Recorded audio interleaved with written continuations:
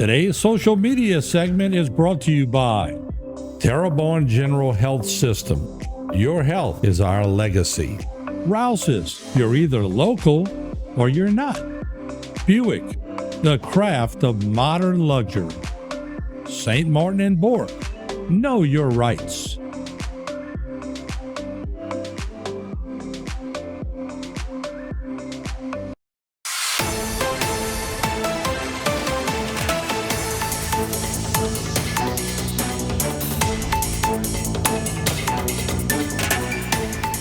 Hello again, everyone, as we continue to honor two aviators from right here in our Houma area who were inducted statewide into a Hall of Fame for aviators, but then they brought it home, the Houma-Terrebonne Airport Commission honoring them at a recent meeting.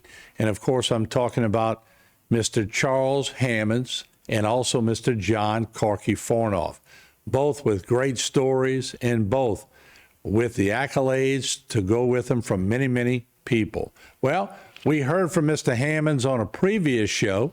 Let's now listen in as Corkey Fornof talks about his recognition that he so well deserved to be nominated and then inducted into a statewide Hall of Fame.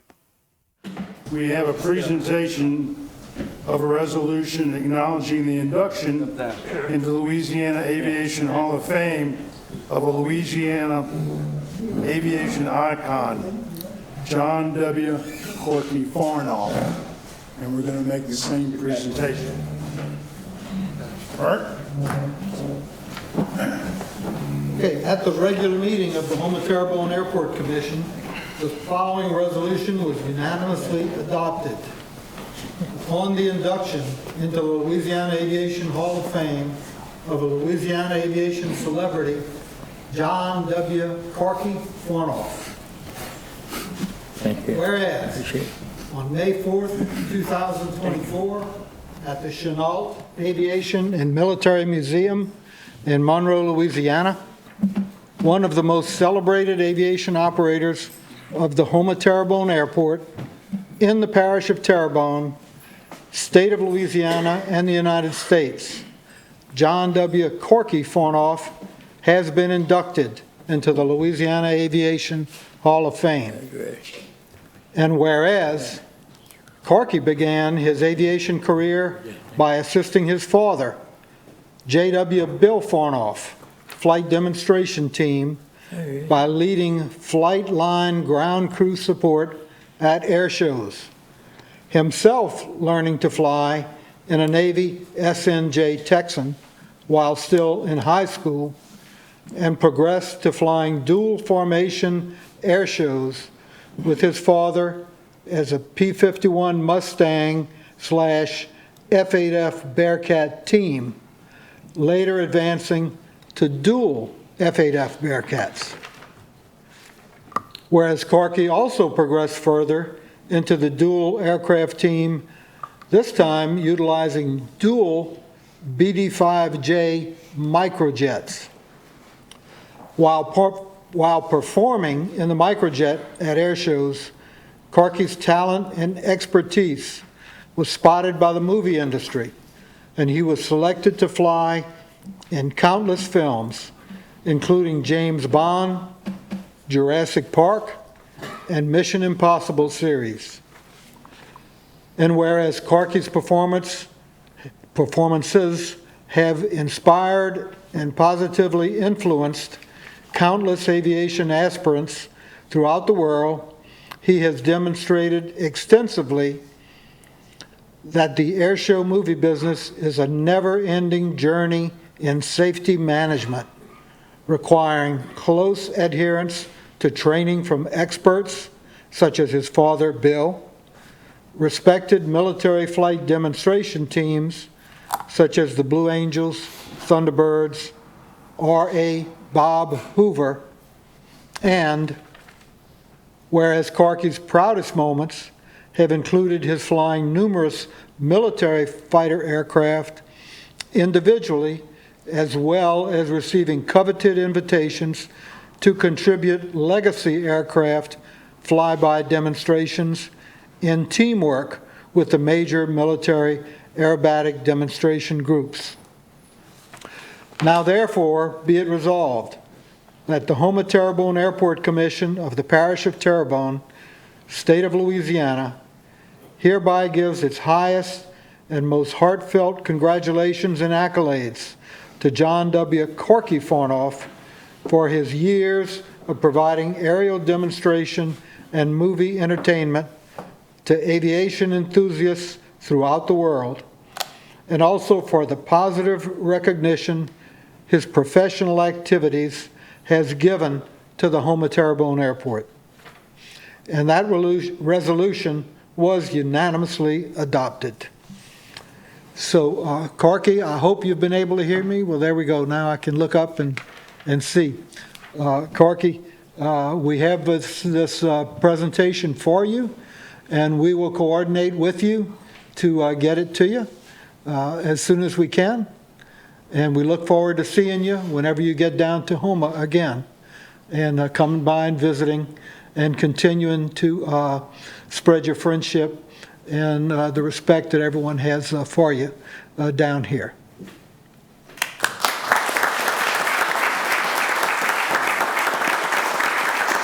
Well, I'll tell you what, that's quite an introduction. Such a tremendous introduction. I can hardly wait to hear what I'm going to say. You know? Can you hear me there, Mert? Yeah, perfect. Oh, I'll tell you what, folks, I greatly appreciate it. This is quite an honor, and of course I've got a lot of fond memories in Houma. It's Merton and I grew up together, and in fact, Merton helped us build that hangar.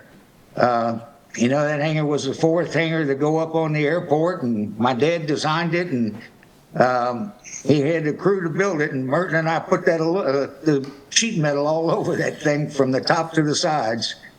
But I'm really honored, and I got my start right there in Houma. I had 4 great people to help me. Of course, Charlie Hammonds was my instructor, and then I had my dad, a gentleman named Bob Hoover, and a gentleman named Clay Lacey. And they were all mentors of mine and took a great interest in my career and helped me along the way. It's like any other business, particularly in the film business, it takes those kind of contacts to get you in the door, but like any other business, if you don't have the talent and can perform, you're out that door just as quick. I was very fortunate with the mentors I had and people that were a great inspiration to me. And the gentleman that just introduced me, Merton Pellegrin's been one of the biggest inspirations. Like I said, we've been together since we were kids. I've got great admiration for him. If you ever see some of the test pilot work Merton did, he's got some great films. You won't believe it. And he did things, even though all the crazy stuff I've done, you wouldn't believe. It has been a great career. I never planned it. It just kind of flowed. I kind of went with the flow and took advantage of the opportunities that were presented. It's allowed me to fly over 311 different types of airplanes, and I've been able to fly on every continent of the world except Antarctica, and the penguins haven't called, so I don't think I'll be going there. And I don't like cold weather, so I'm kind of out there. But it's given me, flying the film work around the world in air shows. I've been in the most beautiful garden spots of the world and been allowed to fly down into canyons and do things that, unless you had a film permit behind you, they'd put you in jail. We'll be right back. More of Corkey Fornof. Don't go away.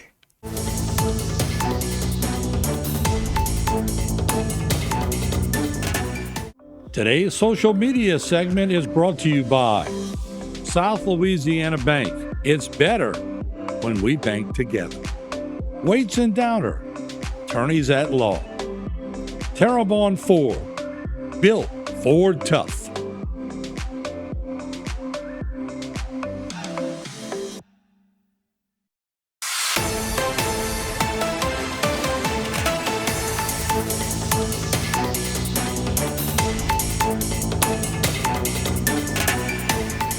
And welcome back as we are showcasing Mr. Corkey Fornof. Of course, in an earlier program, we showcased Mr. Charlie Hammonds about his induction into a Louisiana Aviation Hall of Fame. And of course, that is so significant in this area. Both have brought much fame, much recognition to the art of flying. On a personal note, Corkey Fornof answered my call many years ago when I needed a little help in a movie called Nutria Man. He could have said no. He had already flown in James Bond movies. He had flown for Disney, but being the person he was, he helped a young guy like me out, and he flew in our movie Nutria Man, which was later changed to Terror in the Swamp. Without further ado, let's listen in to Corkey Fornof. Charlie was a big help to me. I have to tell you something about Mr. Hammonds was he soloed me in less than 6 hours, and I'll never forget it. One day we were shooting touch and goes at the airport there, and Charlie told me to taxi back to the hangar and keep it running, and I taxied it back in front of the hangar and sat there with that Pratt & Whitney engine going cha-chunk, cha-chunk, cha-chunk. And Charlie said, don't shut it off. And he got out and came around in the front of me. And of course, he's tall and lanky like Bob Hoover.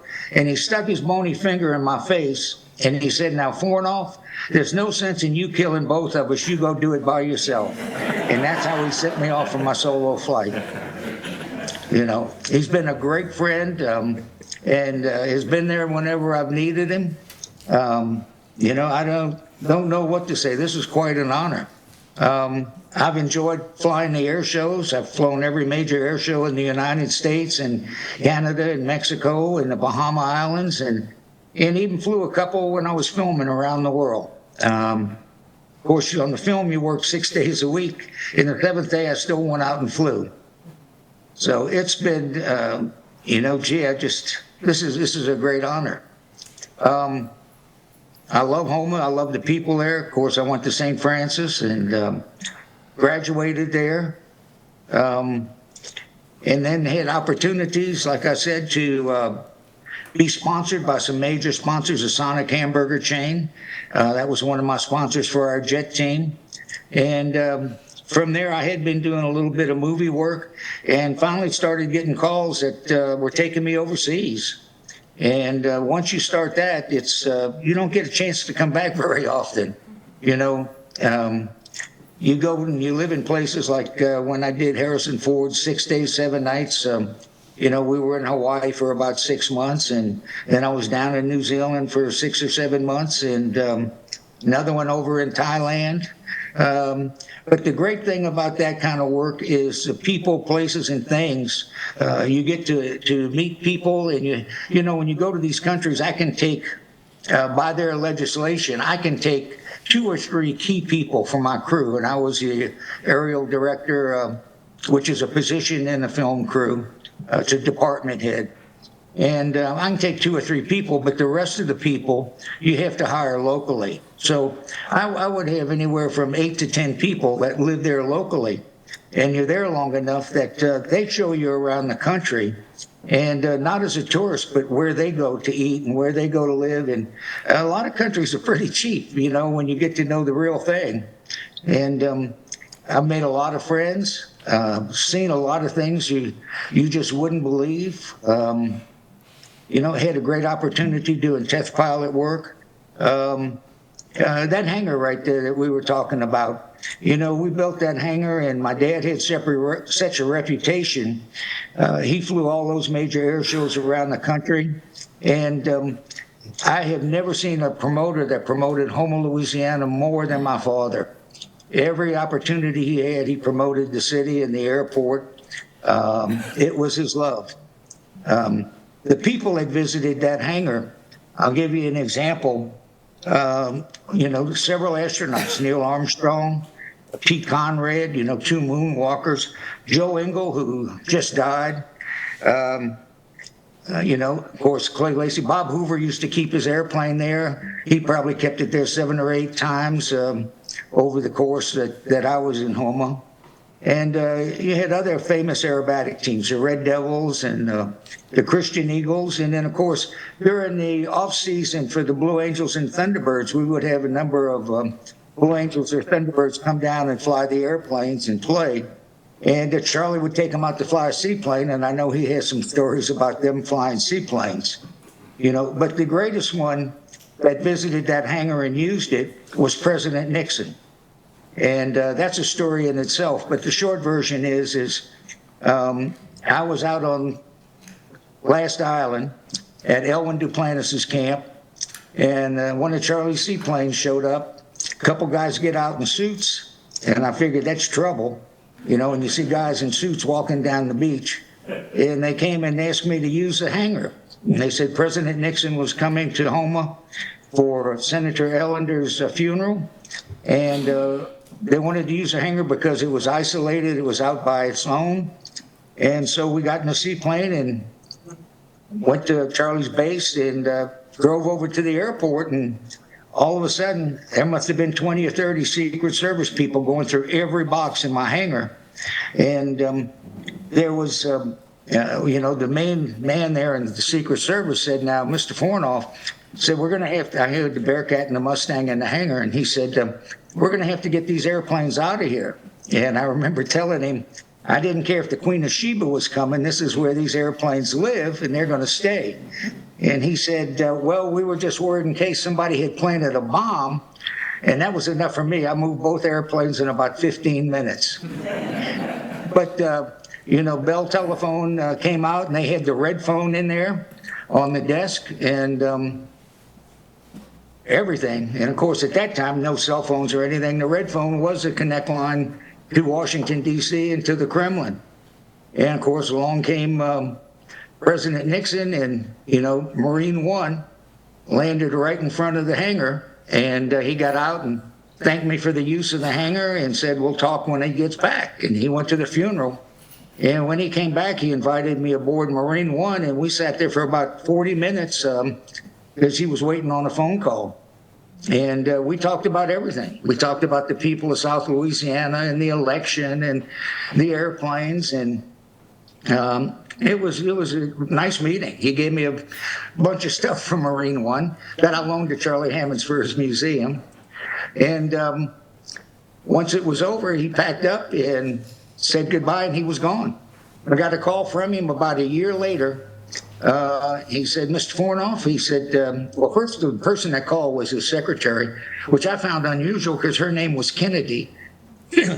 And she said, Mr. Fornof, the president would like to speak with you. And so that was a surprise. And I got on the phone, and we had such a pleasant talk. He said, Corkey, he called me Corkey. He said, I'm going to be going to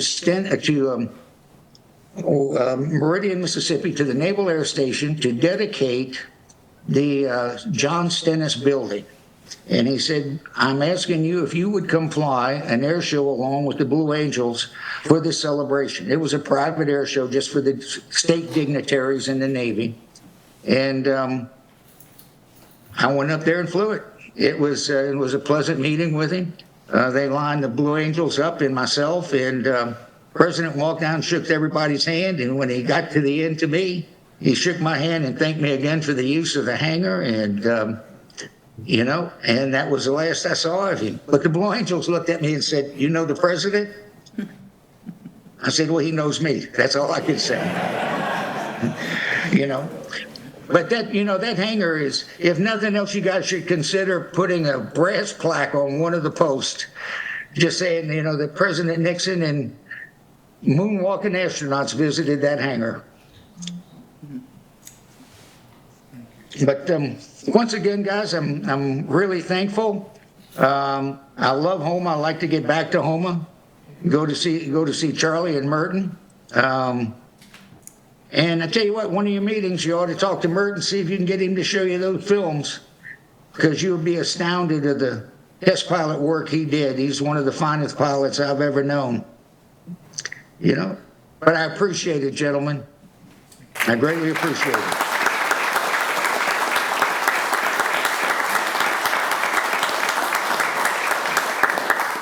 All right, congratulations to Corkey Fornof. Wish we'd have seen him in person, but having him on Zoom is the next best thing. We'll catch up with him when he comes back to our area.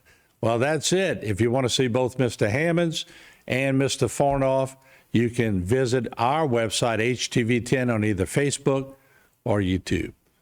Have a nice day, everyone, and continue to enjoy your flying.